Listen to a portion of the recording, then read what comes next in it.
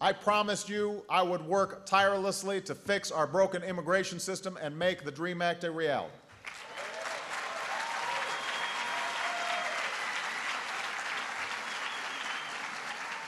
And 2 months ago, I went down to the border of El Paso to reiterate. El Paso's in the house.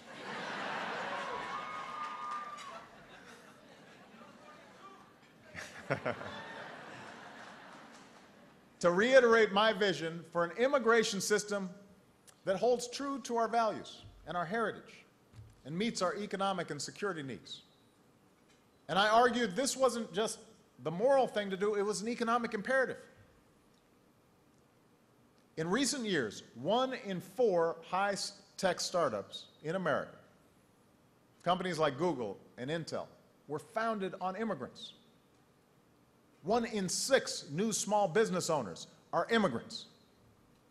These are job creators who came here to seek opportunity and now seek to share opportunity.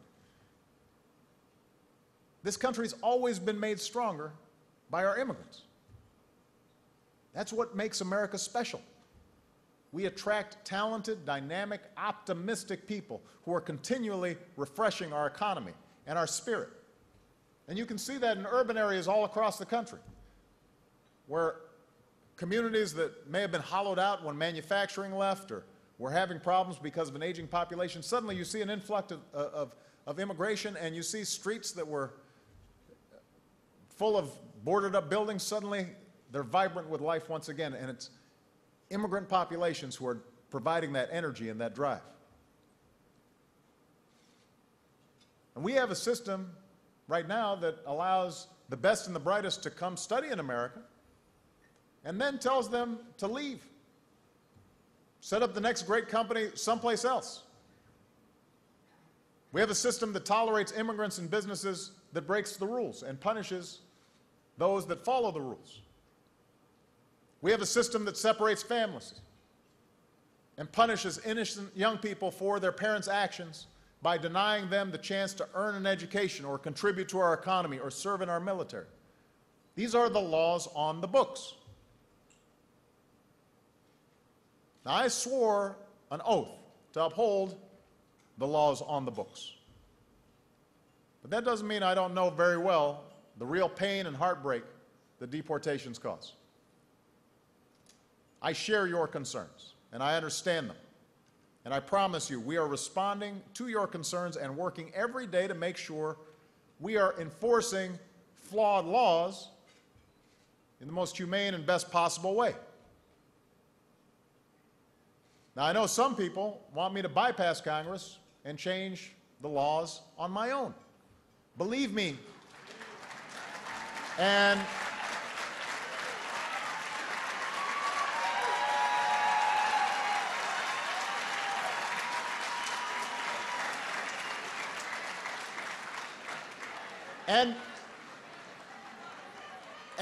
believe me, right now, dealing with Congress, the idea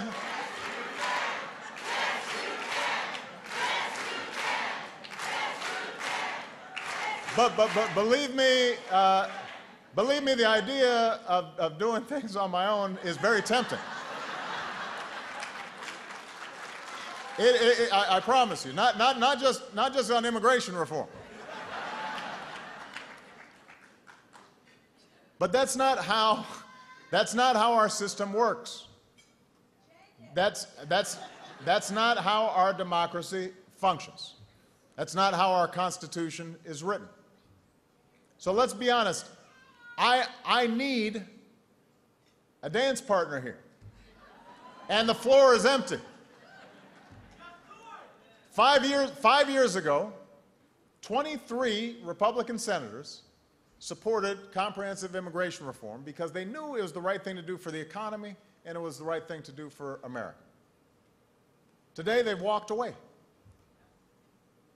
Republicans helped write the DREAM Act because they knew it was the right thing to do for the country. Today, they've walked away. Last year, we passed the DREAM Act through the House only to see it blocked by Senate Republicans. It was heartbreaking to get so close and see politics get in the way, particularly because some of the folks who walked away had previously been sponsors of this. Now, all that has to change. And part of the problem is that the political winds have changed. That's left states to come up with patchwork versions of reform that don't solve the problem. You and I know that's not the right way to go. We can't have 50 immigration laws across the country. So yes, feel free to keep the heat on me and keep the heat on Democrats. But here's the only thing you should know: the Democrats and your president are with you. Are with you. Don't get confused about that. Remember who it is that we need to move in order to actually change the laws. Now, usually, as soon as I come out in favor of something, about half of Congress is immediately against it, even if it was originally their idea.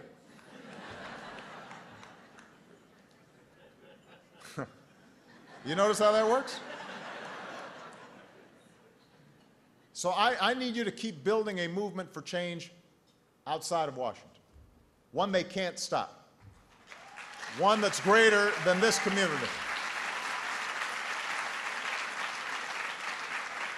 We need a movement that bridges party lines, that unites business and labor and faith communities and law enforcement communities, and all who know that America cannot continue operating with a broken immigration system.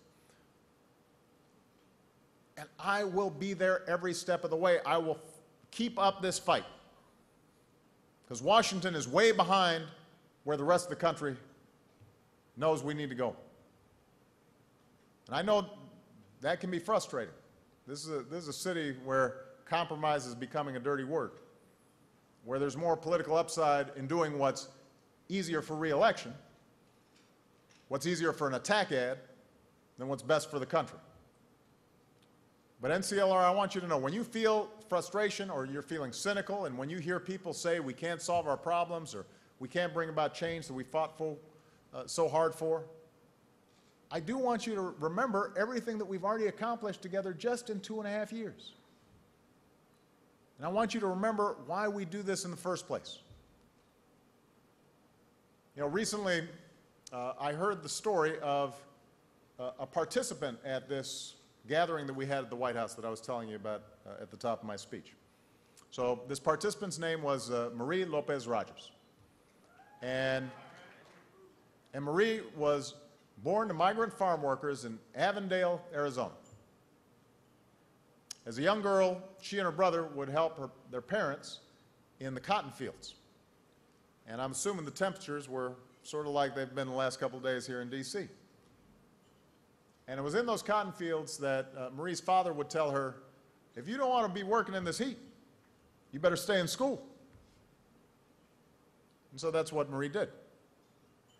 And because of that, because of the tireless, backbreaking work of her parents, because of their willingness to struggle and sacrifice so that one day their children wouldn't have to, Marie became the first in her family to go to college. And interestingly, she now works at the very site where she used to pick cotton, except now City Hall sits there and Marie is the town's mayor. So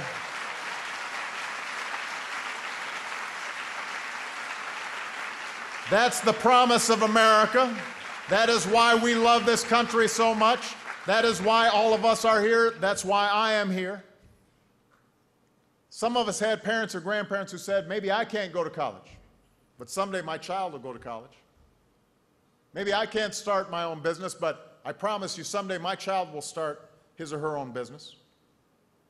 I may have to rent today, but someday my child will have a home of her own.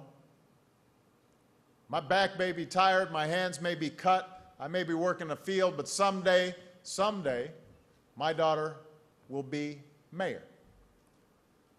or Secretary of Labor or a Supreme Court justice. Hermanos y hermanas, that promise is in our hands. It's up to us to continue that story. It's up to us to hand it down to all of our children. Latino, black, white, Asian, Native American, gay, straight, disabled, not disabled. We're one family, and we need each other, and if we remember that and continue to focus on that, if we come together and work together as one people and summon the best in each other, I'm confident that promise will endure. Thank you very much. God bless you. God bless the United States of America.